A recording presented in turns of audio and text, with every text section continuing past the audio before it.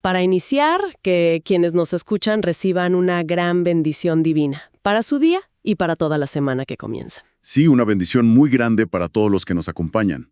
Bueno, es un verdadero privilegio abrir este espacio de análisis profundo. Nuestra sesión de hoy está dedicada a desmenuzar esos textos antiguos que francamente siguen moldeando la manera en que entendemos el mundo. Definitivamente. Y el texto de hoy es uno de los grandes. Exacto. Hoy nos sumergimos de lleno en el capítulo 28 del Génesis. Y para esto vamos a estar utilizando los apuntes analíticos de dos fuentes increíbles: la Biblia de Estudio Holman y la Biblia de Estudio NAA. Dos herramientas fantásticas, para no quedarnos solo en la superficie. Totalmente. Y la misión de esta exploración a fondo es fascinante. Porque, a ver, estamos ante un texto que combina un montón de cosas. Tenemos una intriga política familiar que, es digna de la realeza. Digna de una serie de televisión. Sí, un viaje de supervivencia de cientos de kilómetros a pie. Una de las visiones místicas más icónicas de la antigüedad, con arquitectura monumental de por medio. Y a un personaje bíblico que intenta hacerle un trato de negocios a Dios. Y el valor de revisar las notas de estas fuentes radica precisamente en quitarle esa pátina de historia infantil que a veces recubre este relato. Claro, la típica historia de escuela dominical. Exactamente.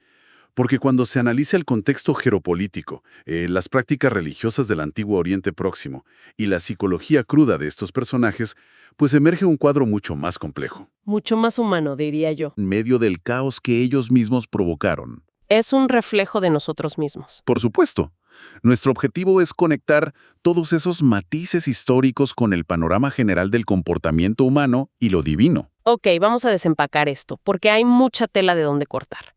Vamos a entrar directo al conflicto inicial. El drama familiar. El gran drama.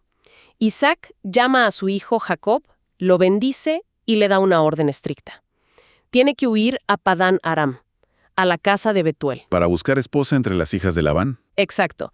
Y con una advertencia clarísima de evitar a toda costa a las mujeres de Canaán. Y bueno, no es simplemente un retiro espiritual para Jacob. No, para nada. Lo fascinante aquí es el trasfondo de esta instrucción. Según las notas de la fuente NAA, esta instrucción de Isaac no viene de la nada. Claro, no es un capricho. Exacto. Amplía el deseo de Rebeca de que Jacob huya de su hermano Esaú y responde directamente al disgusto previo que ya existía en la familia por las esposas hititas de Esaú. O sea, había una crisis interna severa. Totalmente. La instrucción de no casarse con mujeres de Canaán era vital. Las mujeres hititas no eran solo un tema de preferencia cultural. Representaban un peligro real para el linaje. Un peligro de sincretismo religioso. Y eso ponía en jaque la identidad del pacto abrahámico. Y aquí es donde la cosa se pone teológicamente profunda. Porque Isaac no solo le dice que se vaya y ya, le transfiere el pacto. Así es. Isaac usa un nombre muy específico. Invoca a El Shaddai. El Dios Todopoderoso. Exacto, el Dios Todopoderoso. Y al usar ese nombre, Isaac está invocando formalmente la bendición original que se le dio a Abraham, la multiplicación y la promesa de la tierra. Y fíjate que sobre eso de la promesa de la tierra, me gustaría hacer un paréntesis técnico. Adelante, me encantan esos detalles. Basado en la Biblia de Estudio Holman, hay un estudio de palabra fascinante sobre el término hebreo original que se traduce como tierra. La palabra es Eretz. Eretz, ajá. Resulta que esta palabra aparece 311 veces solo en el libro del Génesis. ¡Wow! Son muchísimas veces. Es un concepto central. Eretz significa área, región, patria o suelo. Y la fuente Holman destaca que poseer esa Eretz era el núcleo absoluto de la herencia que Dios le prometió a Abraham. Lo cual hace que la situación de Jacob sea francamente una ironía gigante. Sí, es una paradoja enorme. Porque, a ver, yo estaba repasando esto y pensaba, Jacob acaba de robarse la primogenitura para heredar esa misma Eretz, esa misma tierra. Y su primer acto como el heredero oficial es salir huyendo de ella. Huyendo para salvar su propia vida, sin tener la menor idea de si alguna vez va a poder pisar esa Eretz de nuevo. Es fuertísimo. Y mientras Jacob huye, tenemos que mirar la reacción de Esaú. Ay, Esaú. Su reacción es, no sé ni cómo describirla. Es casi cómica, pero a la vez muy trágica. Es un intento desesperado, diría yo. Esaú ve todo esto. ve a su padre bendecir a Jacob, escucha la prohibición de casarse con cananeas y de repente se le prende el foco. Se da cuenta, por fin, de que sus esposas hititas no le agradan a su padre. Exactamente. Entonces, ¿qué hace Esaú desde su perspectiva psicológica? Intenta redimirse a los ojos de Isaac. La fuente NAA señala una ironía maravillosa aquí. Esaú cree que está solucionando el problema, pero no se deshace de sus esposas anteriores. Claro, no resuelve la raíz del asunto. Simplemente añade a Mahalat a la mezcla de su harén. Es como tratar de limpiar una mancha echándole más pintura encima. Es un esfuerzo puramente cosmético. Esaú demuestra que realmente no ha entendido el punto central de la pureza del linaje y la devoción exclusiva a la promesa. Intenta ganar el favor divino con una maniobra política barata. Totalmente de acuerdo. Es una ceguera espiritual tremenda. Pero bueno, mientras Esaú está haciendo sus arreglos matrimoniales en casa, Jacob está enfrentando una realidad física brutal en el camino. Un viaje épico. Épico y aterrador. Estamos hablando del trayecto desde Beerseba hasta Harán. Y aquí noté una curiosidad muy interesante entre nuestras fuentes. Sobre la distancia, supongo. Exacto. La Biblia Holman calcula este viaje en unos 800 kilómetros. Que ya es una barbaridad. Y la NAO lo calcula en unos 900 kilómetros. Cualquiera de las dos cifras representa un desafío de supervivencia monumental para la época. Imagínate recorrer 900 kilómetros a pie, por rutas comerciales peligrosas, zonas desérticas, y Jacob no era un guerrero ni un cazador como Esaú. Era un hombre que habitaba en tiendas. Alguien acostumbrado a la comodidad de su hogar, y de pronto está completamente expuesto y vulnerable. Y es en esa vulnerabilidad donde ocurre algo impresionante. La narrativa dice que, al ponerse el sol, Jacob llega a un lugar cualquiera. Toma una piedra de ese lugar. Una simple piedra. Y la usa de almohada. Y aquí es donde se pone realmente interesante. Jacob se queda dormido y tiene este sueño místico. El famoso sueño de la escalera. Una escalera cuyo extremo toca el cielo y ve a los ángeles de Dios subiendo y bajando por ella. Y aquí me gustaría tomar la palabra para profundizar en esa imagen porque es clave. El término hebreo que nuestras Biblias traducen como escalera es sulam. Sulam. Pero ambas fuentes nos invitan a quitar de nuestra mente la imagen de una escalera de tijera normal. Claro, no es una escalera de madera apoyada en una nube. Para nada. Esta estructura en realidad podría parecerse mucho más a una escalinata masiva, una rampa escalonada. Como los monumentos antiguos. Exactamente. Similar a los famosos zigurats del antiguo Oriente Próximo, esas grandes torres escalonadas de Mesopotamia. Porque si conectamos esto con el panorama general de Génesis, hay un paralelismo que no se puede ignorar. Si conectamos esto con el panorama general, la conexión vital que señalan ambas fuentes es el contraste directo con la Torre de Babel. El capítulo 11 del Génesis es el contrapeso perfecto. Así es, en la Torre de Babel, los humanos construyeron un zigurat, una torre, Con sus propias manos, con ladrillos hechos por ellos mismos. para intentar alcanzar el cielo por sus propios medios, por un orgullo pecaminoso y para hacerse de un nombre. El esfuerzo humano tratando de invadir el espacio divino. Pero aquí, en el polvo del desierto con Jacob, la dinámica se invierte por completo. A diferencia de Babel, aquí es Dios quien provee la estructura. Él es quien establece la conexión. La escalinata no sube de la tierra al cielo por esfuerzo humano.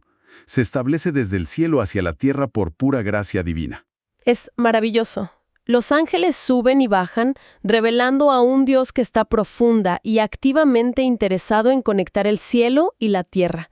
Y no solo eso, el texto dice que el Señor mismo está allí. Y sobre eso, la fuente NAA añade un matiz de traducción que me parece crucial para entender la presencia divina en este relato. ¿Cuál es ese matiz? El texto original puede traducirse de dos maneras.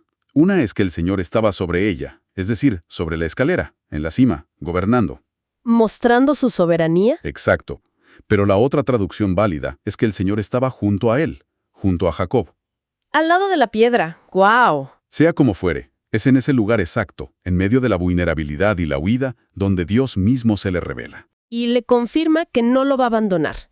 Le reitera las promesas del pacto abrámico directamente a él, le promete la tierra, la descendencia y, lo que más necesitaba escuchar, protección para volver a casa. Es gracia incondicional en su máxima expresión. Y la reacción de Jacob al despertar es súper intensa. Relata el texto que Jacob despierta asustado y maravillado al mismo tiempo, y exclama una frase tremenda. ¡Cuán terrible es este lugar! Sí, dice, «Cuán terrible es este lugar». No es otra cosa que la casa de Dios y la puerta del cielo. Y esa frase puerta del cielo tiene un contexto histórico fascinante. La fuente Nao menciona que esta es una idea que predominaba en toda la antigüedad del Oriente Próximo. Era un concepto conocido por las culturas de la época, ¿no? Totalmente. Por poner un ejemplo que cita la fuente, al sumo sacerdote de Tebas, en Egipto, se le otorgaba el título oficial de portero de las puertas del cielo. O sea que Jacob está usando lenguaje de alta teología antigua, el lenguaje de los grandes templos y superpotencias, para describir un pedazo de tierra árida donde durmió sobre una piedra. Es una afirmación audaz. Reconoce que la centralidad divina no está en un templo construido por humanos, sino donde Dios decide revelarse. Y lo que hace inmediatamente después es súper simbólico. Toma esa misma piedra que usó como almohada y la erige como una columna, una matzeba, y derrama aceite sobre ella, cambiando el nombre del lugar de luz a Betel, la casa de Dios. Y aquí quiero señalar un detalle histórico sobre esa columna de piedra, la matzeba. A ver. Es una ironía enorme en el desarrollo de la historia bíblica. Nuestras fuentes indican que aunque levantar piedras consagradas con aceite era una práctica común en las adoraciones de Canaán en esa época, ¿Era la forma normal de adorar para los pueblos alrededor? Era el lenguaje cultural que Jacob conocía. Pero lo curioso es que, siglos más tarde, esta misma práctica sería estrictamente prohibida para los israelitas. Ah, sí. Yo estaba revisando esa nota. La referencia directa es Deuteronomio 16:22. Exacto. Se prohíben las matzebas porque se asociaron con la adoración pagana. Pero aquí Dios acepta la adoración de Jacob. Acepta a Jacob en su propio contexto cultural. Una adoración imperfecta. Entonces, ¿qué significa todo esto? Porque esto nos lleva al último acto de Jacob en este capítulo, y quizá el más sorprendente, su voto a Dios. Esto plantea una pregunta importante sobre la naturaleza de la fe de Jacob en este momento. Totalmente. Yo leía las condiciones del voto y no lo podía creer. Dice, si Dios va conmigo y me guarda en este viaje, y me da pan para comer y ropa para vestir, de modo que yo vuelva en paz a la casa de mi padre, entonces el Señor será mi Dios. Es un contrato condicional. Es una negociación de negocios. Si me das comida, ropa y seguridad, entonces serás mi Dios. Analizando la naturaleza de este voto basándonos en ambas Biblias de estudio, hay que destacar algo vital. Jacob es el único patriarca en hacer un voto. El único. Ni Abraham ni Isaac hicieron algo parecido. Subraya lo condicional y lo interesado que suena este trato. Es una fe condicional pura y dura. Jacob parece estar negociando protección y provisiones antes de comprometerse del todo. Es como si no supiera cómo relacionarse con Dios si no es a través de un intercambio calculado. Toda su vida ha sido engañar y negociar y trata de aplicar la misma táctica con el creador del universo. Su fe está todavía en pañales. Y dentro de esa misma negociación, se menciona que la promesa de Jacob incluye un trato financiero. El diezmo. Le dice a Dios que de todo lo que le conceda, le dará la 10ª parte. Y según la fuente Naa, esto se convertiría siglos más tarde en una práctica fundamental de los israelitas como expresión de compromiso. Es increíble cómo una institución tan central nace de un contrato tan condicional, de un fugitivo asustado. Muestra cómo Dios trabaja con material humano sumamente imperfecto. Y creo que eso es lo que hace a este relato tan poderoso. Si hacemos un resumen de todo esto, Génesis 28 muestra de manera dinámica la intersección exacta entre lo divino y lo imperfectamente humano. Completamente. Lo vemos desde el principio del capítulo. Vemos los intentos fallidos y superficiales de Esaú por agradar a su padre con matrimonios políticos. Vemos a un Jacob despojado de todo, caminando hacia lo desconocido. Vemos el increíble puente, ese sigurat celestial que Dios tiende hacia un estafador fugitivo, dándole gracia incondicional. Y terminamos con un contrato casi de negocios propuesto por ese mismo fugitivo que aún no entiende la magnitud del Dios que se le acaba de revelar. Es una maravilla literaria y teológica. Y esto me lleva a una reflexión final que quiero dejar para quienes nos escuchan. Una idea para masticar durante los próximos días. Me parece excelente, porque la historia de Jacob resuena mucho hoy. Y esa es la idea, considerar con cuánta frecuencia, al igual que Jacob en Betel, los seres humanos intentamos condicionar nuestra fe y hacer tratos comerciales con lo divino. El típico, si me das esto, entonces creeré en ti. Exacto. ¿Cuántas veces oramos diciendo, si resuelves este problema en el trabajo, si sanas a esta persona, si me das esta provisión específica, entonces te entregaré mi vida? Actuamos como si Dios fuera un socio de negocios o una máquina expendedora a la que hay que insertarle condiciones. En lugar de aceptar la conexión que ya ha sido ofrecida incondicionalmente. Exactamente. La escalera ya bajó. Dios ya proveyó el acceso, a pesar de nuestros engaños y nuestros errores. La invitación es a dejar de negociar las condiciones de nuestra fe y simplemente maravillarnos ante la gracia de ese puente celestial que nos encuentra donde estamos. Es un desafío inmenso para nuestra manera de vivir la fe día a día. Dejar atrás la transacción y entrar en la confianza real. Así es.